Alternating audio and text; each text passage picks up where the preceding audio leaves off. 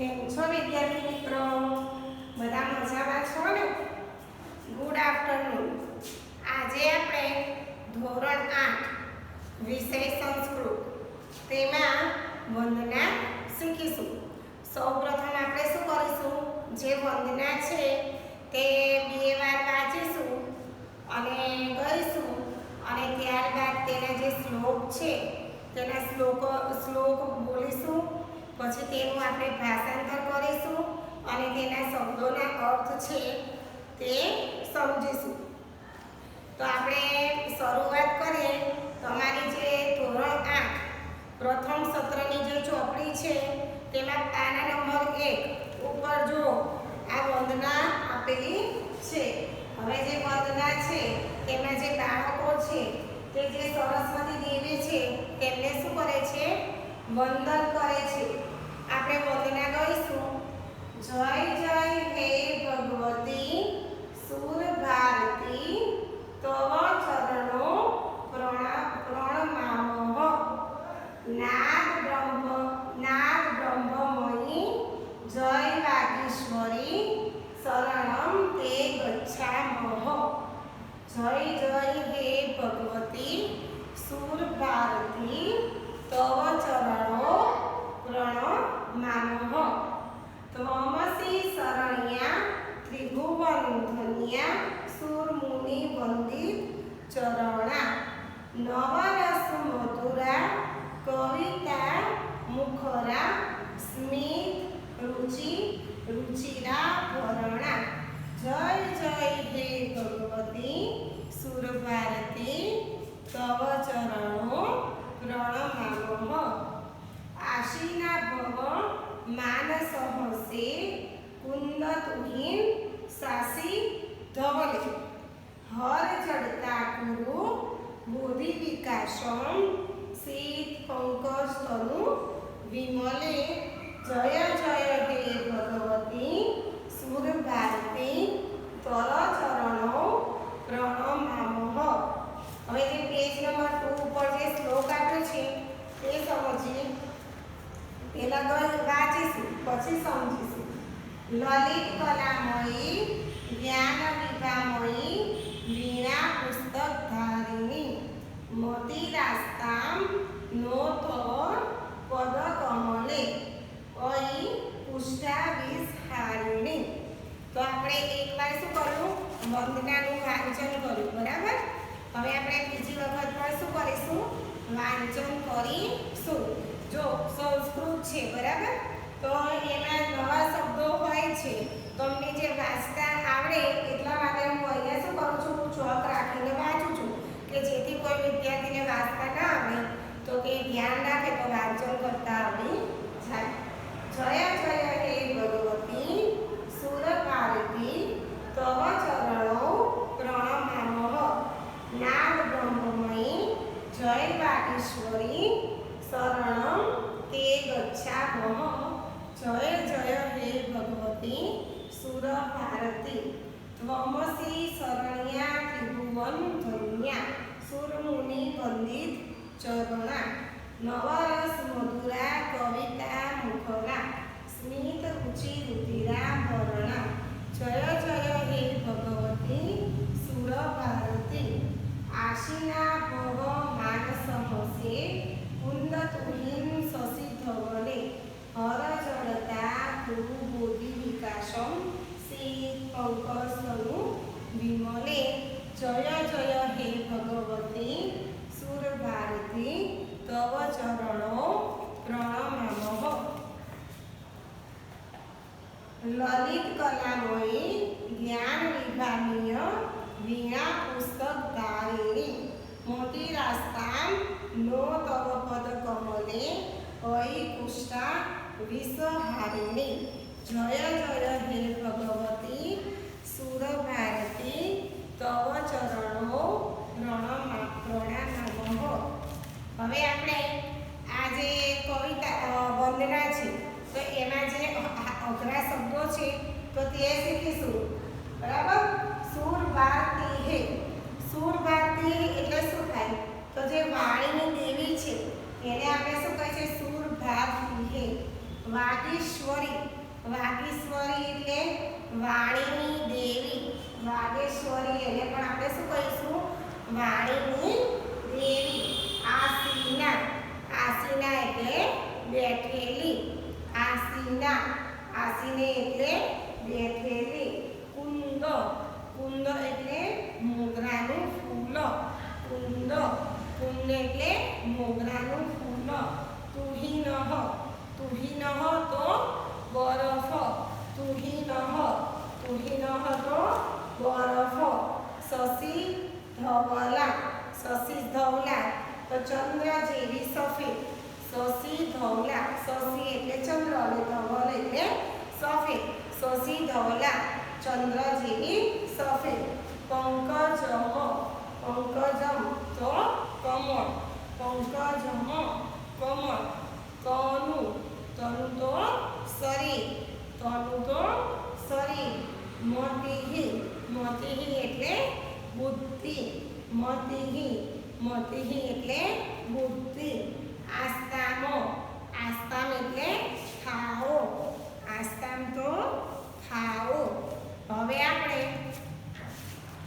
વંદના છે તેને સમજીશું જય જય હે ભગવતી સુર ભારતી તવ ચરણો પ્રણમામઃ આપણે અહીંયા જો લખેલી છે બરાબર વંદના જય જય હે ભગવતી સુર ભારતી તવ ચરણો પ્રણમામઃ નાદ બ્રહ્મમણિ જય વાગીશ્વરી શરણમ તે ગચ્છામઃ પછી પાછું અહીંયા લખ્યું છે જય તો આપણે બોલવાનું કે જય જય હે ભગવતી સુર ભારતી તવ ચરણો પ્રણમામઃ આનું આપણે અનુવાદ કરીએ તો તેની પહેલા અઘરા શબ્દો સમજીએ તો હે ભગવતી સુર ભારતી હે ભગવતી સુર ભારતી એટલે કે હે ભગવતી કે સરસ્વતી તવ ચરણો એટલે કે તારા ચરણોમાં અથવા તો તારા ચરણોને પ્રણમામઃ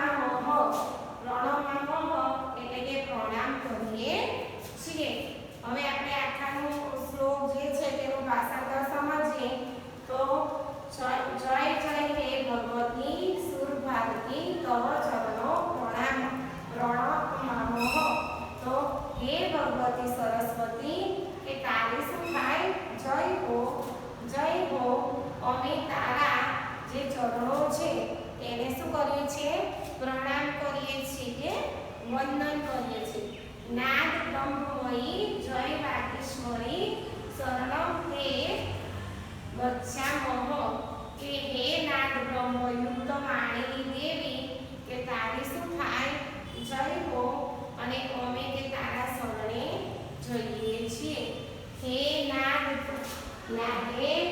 નાદ બ્રહ્મમયી વાગીશ્વરી એટલે કે હે નાદ બ્રહ્મયુક્ત વાણીની દેવી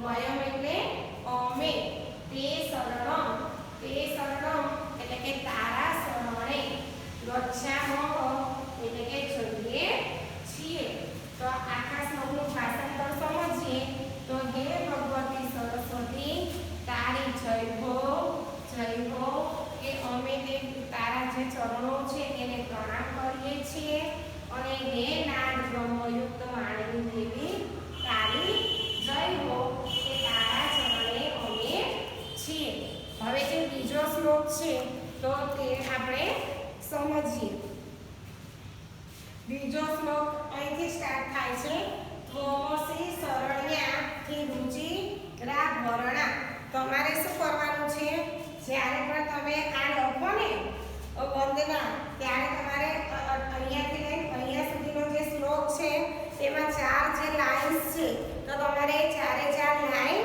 લખવાની છે ત્વમસી શરણ્યા ત્રિભુવંધન્યા સુરમુનિ વંદિત ચરણ્યા નવરસ મધુરા કવિતા મુખરા સ્મિત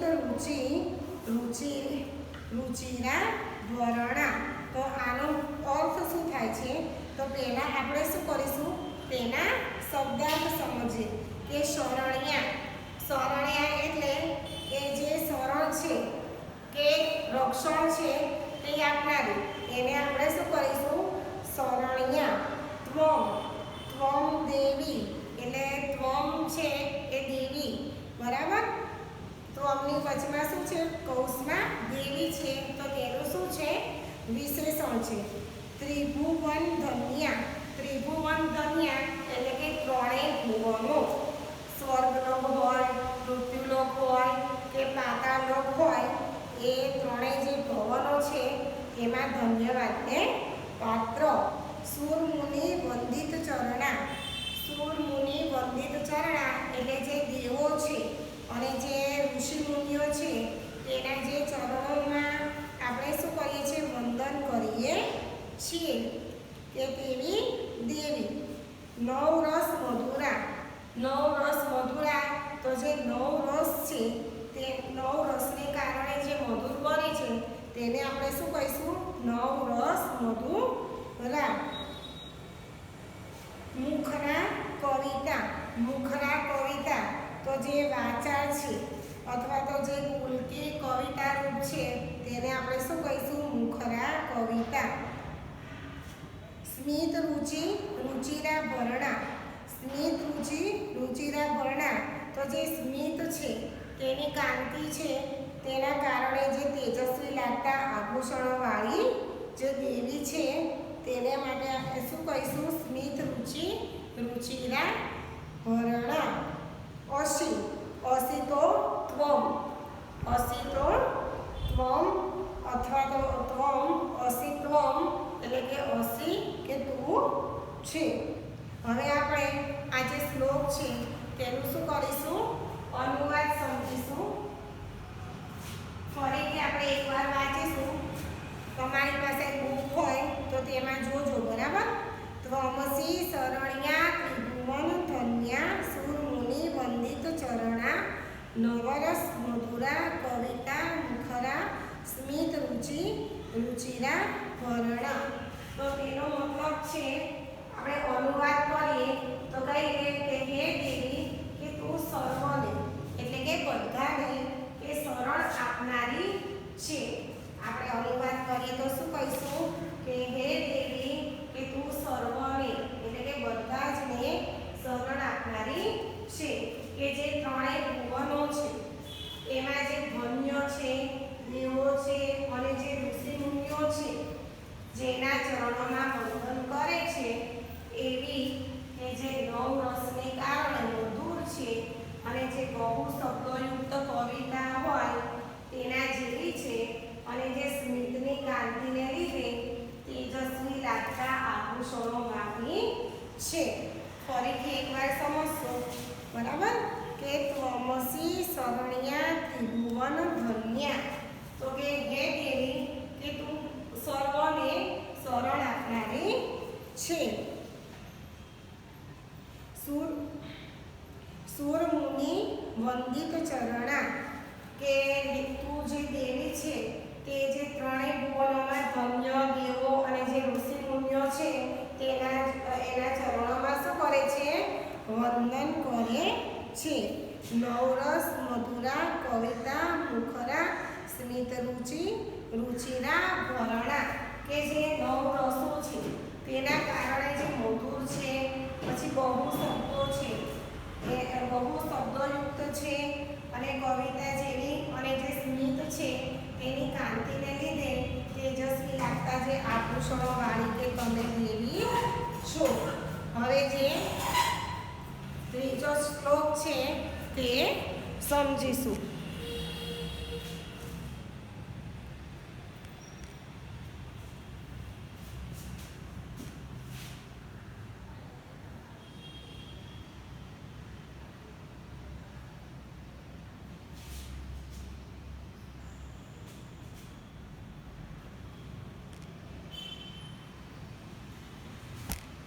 ત્રીજો શ્લોક છે તેમાં પણ તમારે જે ચાર લીટી છે તે લખવાની છે બરાબર.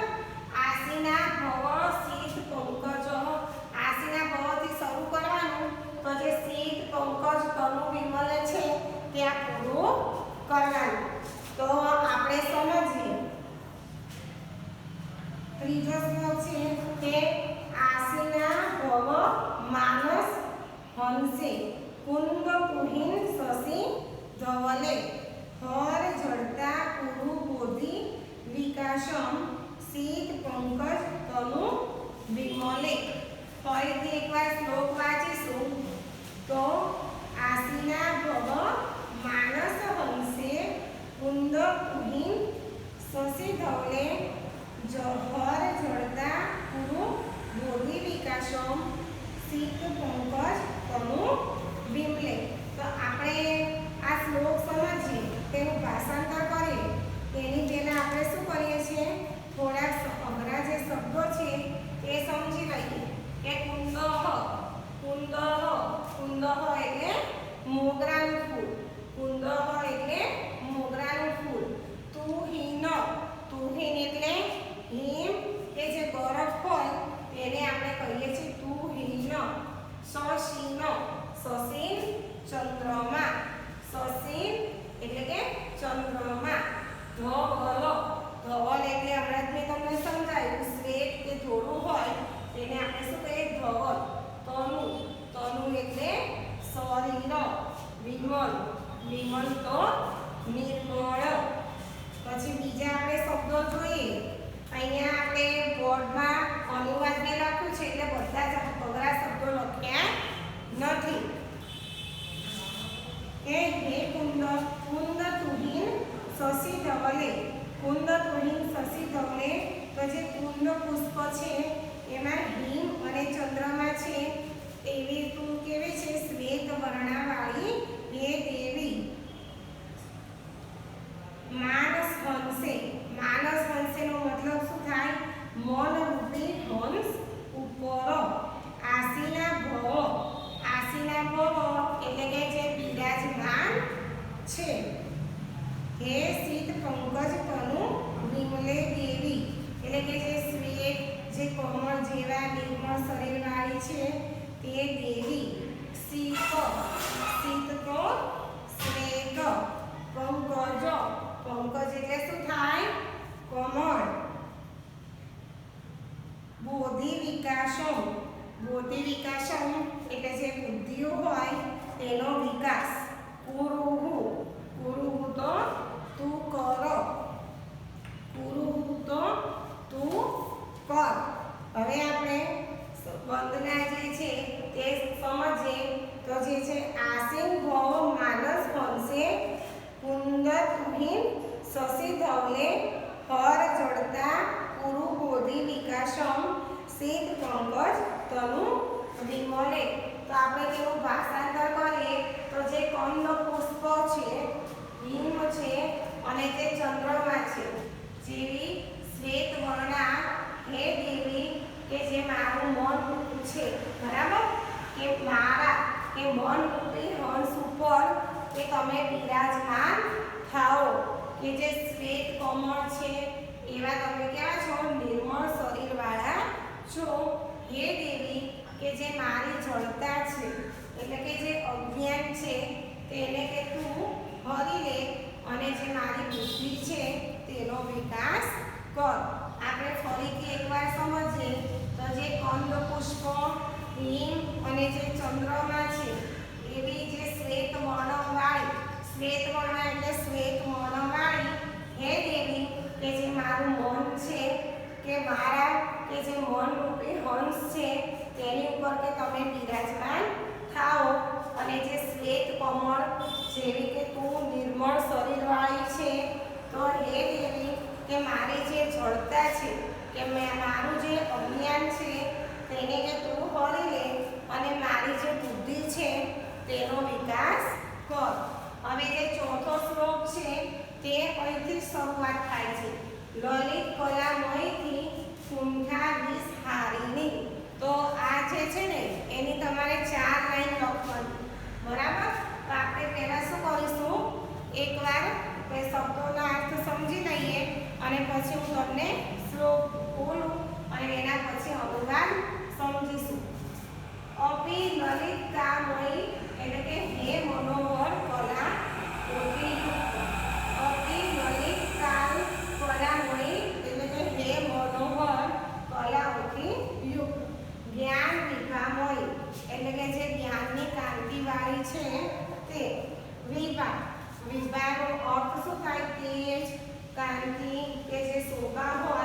એને આપણે સંસ્કૃતમાં શું કહીએ? વિભા કહીએ. પદ કમલે, પદ કમલે એટલે કે ચરણ કમળમાં. આસ્તામ, આસ્તામ એટલે રહો. નમો, નમો અસ્માકમ એટલે કે અમારી. હવે આપણે શ્લોકનું વાંચન કરીશું. તમારી જે ચોપડી છે તેમાં પાના નંબર જે બે છે તેના ઉપર શ્લોક છે. લલિત કલામયી જ્ઞાન વિભામયી વીણા પુસ્તક ધારિણી મોતી રાસ્તામ નો તો પદ કમલે અયી પુષ્ટા વિષ હારી હણી. તો આપણે પહેલા શ્લોક સમજીએ. તો જે આપણે ફરીથી એક એક લાઈન સમજીએ તો કે લલિત કલામયી જ્ઞાન વિભામય એટલે કે જે એ મનોહર કલાઓ વાળી જ્ઞાનની કાંતિ વાળી વીણા પુસ્તક ધારિણી. વીણા અને જે વીણા પુસ્તક ધારિણી એટલે જે વીણા છે અને જે પુસ્તક છે તે ધારણ કરનારી. મોતી રાસ્તા નો તો પદ કમલે કે જે મનોવિકૃતિઓનું જે વિષ છે તેને કરનારી એટલે તો તું શું છે? દેવી છે. અહીં પુષ્ટા વિષ હારી હણી કે તારા જે ચરણ કમળ છે તેમાં અમારી બુદ્ધિ રહો. ફરીથી એકવાર સમજીએ તો હે મનોહર કલાવાળી જ્ઞાનની કાંતિવાળી વીણા અને પુસ્તક ધારણ કરનારી જે મનોવિકૃતિઓના વિષને હરનારી દેવી છે તો તારા ચરણ કમળમાં અમારી બુદ્ધિ રહો. તો વિદ્યાર્થી મિત્રો આજે આપણે વંદના શીખ્યા. હવે આજે તમારે લેસનમાં